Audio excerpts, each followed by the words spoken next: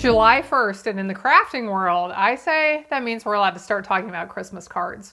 Today's the day Stampin' Up's mini catalog gets released with our July through December products. We have lots of holiday stuff, lots of fall things, lots of all-purpose stamps and products mixed in as well. But it's July 1st, we're going to start talking about Christmas a little bit. We'll do some Christmas in July here over the next couple of weeks.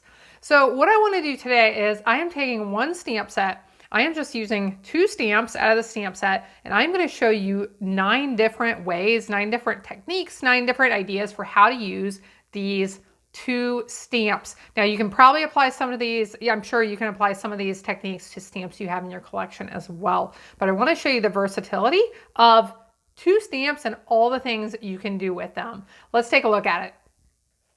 Here's the stamp set we'll be using, and all of my techniques can be used for either stamp. The first several I'm going to show you will be with this particular stamp. The other few will be with this one. You can apply any of the techniques to these stamps and other stamps you have in your collection. This was a set that really stood out to me. I thought it was really beautiful. I used it for a card swap with my team members here a few weeks ago, and I wanted to share it with you as well. So the first thing that I'm going to show you is just stamping. You can stamp on any kind of paper. This is some distressed gold paper, which I thought would be really beautiful. But I just wanted to show you how I just inked my memento pad. It is very juicy. But I wanted to show you how I like to use this set on the Stamparatus. And the reason for that is because it gives me several chances to stamp. If you have stamps that have more solid area and they're not just outlines, it's nice to be able to stamp several times with them. Now I have my paper up there in the very corner. I am not using my magnet because I just don't a lot of times, but I am going to stamp a couple of times. As long as I have it up there in the corner, I can re-stamp several times if I want to. Now, I debated whether I wanted to use Stays-On ink with this, since this paper has a little bit of a foily surface, but I think I'm just going to leave it like that. If I want to, I can come back in and stamp again with that Stays-On, make it a little bit darker. But this just gives you one example of using that and how to stamp a couple of times to get good results. But I just think it is the prettiest stamp, and we're going to see lots of examples here over the next few minutes. Now, let's try another example, and instead of using basically a plain paper in the background, I want to show you what it can look like if you stamp over some designer paper. So here is this is from the Pretty Prints stamp set, and I will have several others showing you prints from the same paper pack that I call it a stamp set. I have a problem with that. So the stamp at the moment isn't wanting to ink up in the center, so I just went over it several times till I could tell it was inked really well. And here, now I can see it's a little bit lighter in the center, so I can stamp again if I want to, but I think once this dries, you won't even notice. But isn't that pretty? So now you get a print in the background, which is nice. Kind of looks like Mary and Joseph and their clothes, and just a really pretty sample. Let's look at my third idea, which is to, now these next couple, we're going to switch up and use multiple colors on the stamp. This is where it gets fun. Make sure I have it nice and clean. Really love to use my chamois to clean my stamps while I'm using the Stamparatus.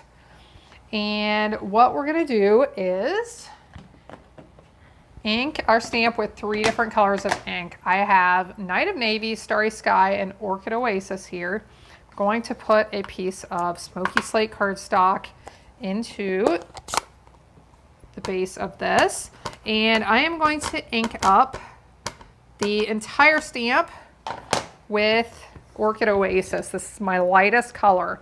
If you do this technique, you want to start with your lightest color. And I can tell I need to re-ink my pad. We'll do this again. Make that a little bit darker. Give it a nice good press.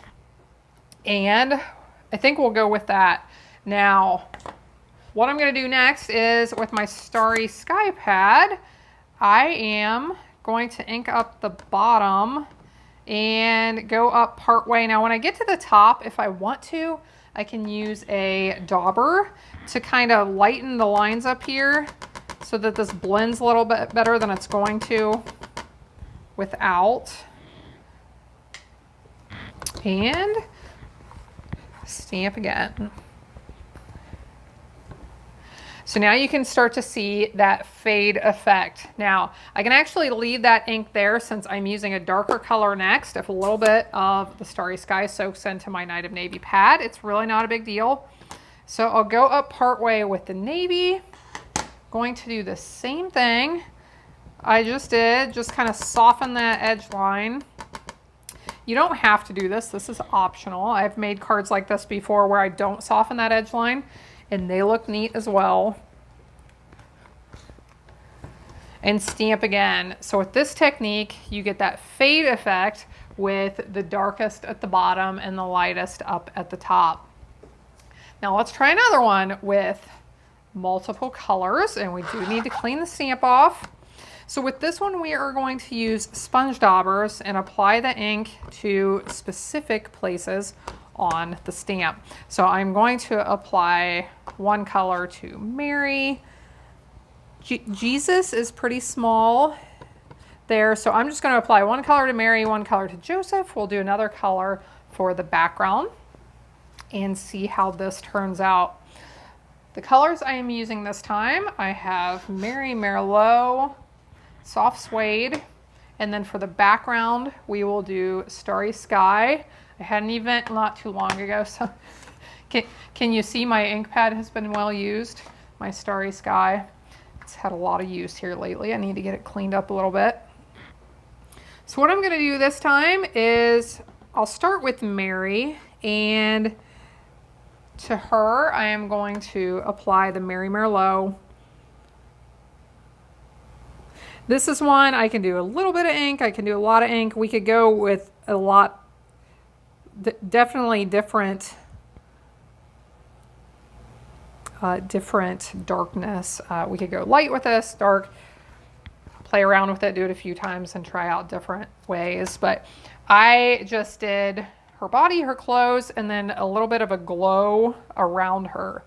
So I can leave that if I want to. I can clean that off if I want to. I think I will clean that off. That way, if my dauber for Joseph, since it's going to be a different color, that way I'm not soaking up the Mary Merlot ink onto my soft suede dauber here. So I'll apply soft suede.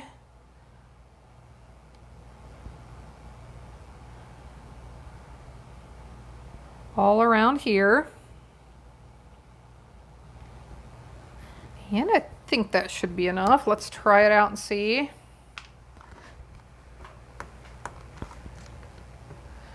Yes, perfect.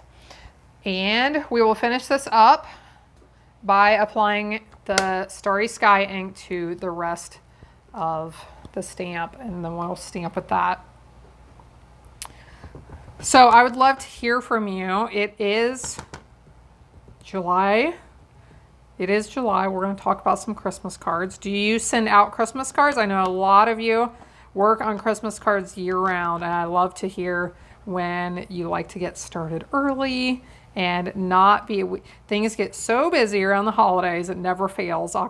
October 15th comes, and then like the next thing we know, it's the new year already, and time just flies. We run out of time to do a lot of the things we want to do around the holidays. So it's great if you have any time this summer to go ahead and get started on some of those cards if you like to send out holiday cards.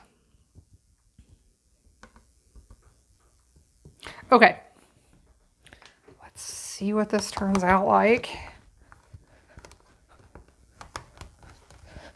Because this is a solid stamp, I am giving it extra good presses compared to normal. And I'm going to try that one more time right over here at the edge.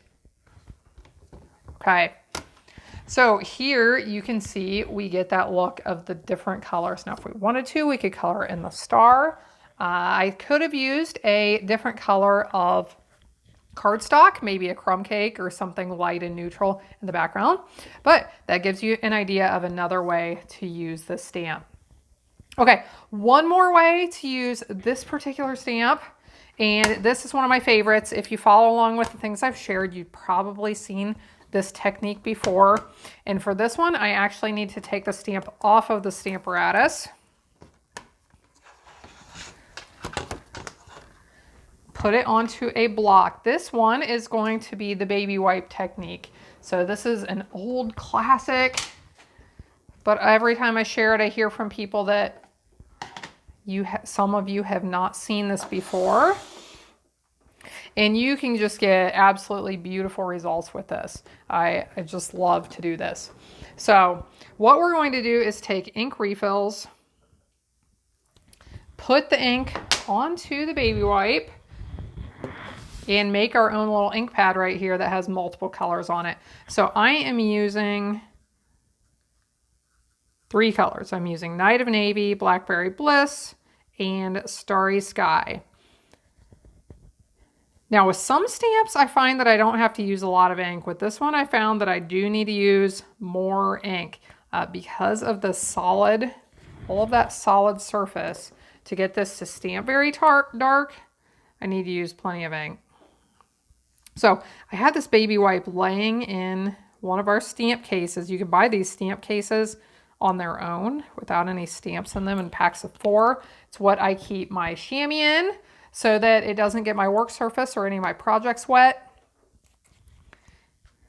And I always keep some extras on hand so I can either grab the one that my chamois is in or grab one of my extras anytime I want to do this. And when I'm done, when I want to clean up, all I do is throw the baby wipe away and rinse out. I just put this right under the water and rinse the whole thing out under the sink to get rid of all that extra ink. Okay, so here is our ink pad. This is what we're using to ink the stamp this time. Have some Orchid Oasis cardstock.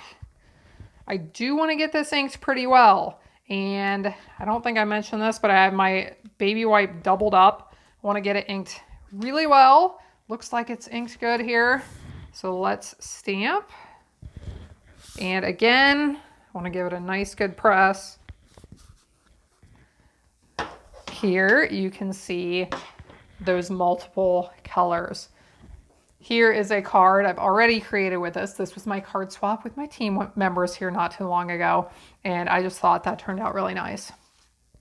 Okay, friends, we're going to switch it up. Let's start doing some different techniques. The rest of these are going to have to do with heat embossing. And I'm going to switch over and use that other stamp in the set, the one with the church and the trees, which is also nice. But keep in mind, you can still do these techniques with the stamp of Mary and Joseph as well. So my next idea is just to heat emboss with it. Here's one. All I did was stamp with the Versamark ink, use the gold embossing powder and heat that up. And I thought that turned out, heat embossing just always adds such a neat effect to cards. Next, we're going to step it up with the heat embossing. And I started thinking, like, what if I want the area where the stamp is, what if I want that stamped image to actually be white instead of a color? You know, it's designed so that the stamped image is going to be a color and then the rest of this is going to be white. I thought, well, what if I want it to be the opposite? So what I've done here, I have white cardstock. I heat embossed it with clear embossing powder, but I could have used white embossing powder as well. It would create the same effect here. What we're going to do is use a blending brush and some shaded spruce ink and apply this over the top. So I'm going to start on the edges, blend inward. And what you will see is those areas that were not embossed are going to pick up that ink. And the areas that were embossed are going to resist the ink. So this is called Emboss Resist.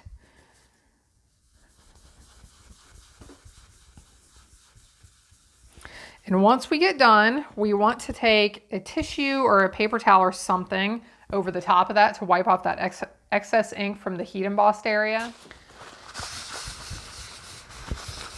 and clean that off. Could even get this a little bit damp. You don't want to damage your card, of course, but a little bit of dampness may help to remove a little bit more of that ink from that embossed area. But isn't that neat? This is a way you can get that area to be white and the other area to have a color. Now my next one gives a similar effect, but I did it a different way. So for this one, I started with some designer paper in the background because you can always change up the way something looks with designer paper, of course. And for this one, I stamped the image and embossed it with white embossing powder. So that's another example for how to get a similar effect. Now, one more, and this one is really fun.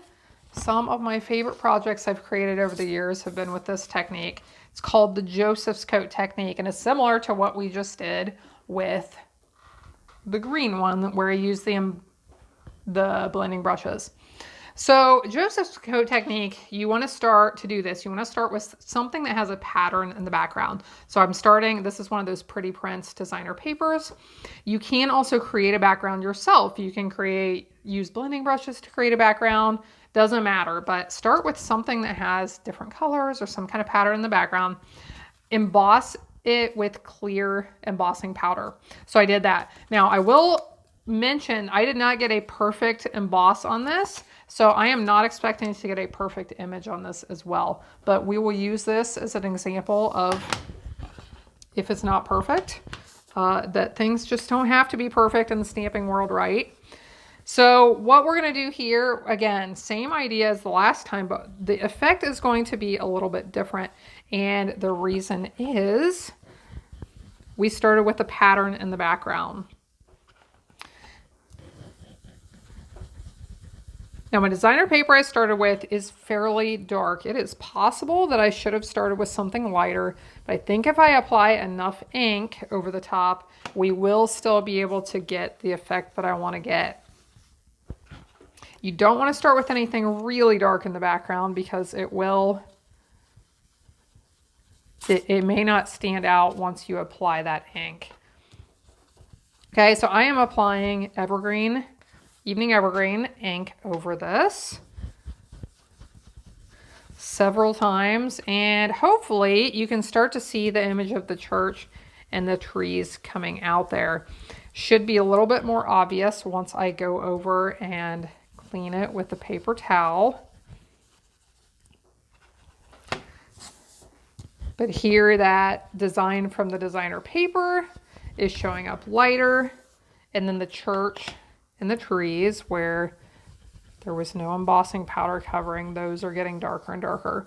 Now if I wanted to, I could actually go, if I decide it's not dark enough, I could go back over with black. That would definitely help it to stand out. Oh, but I like this now that I've cleaned it.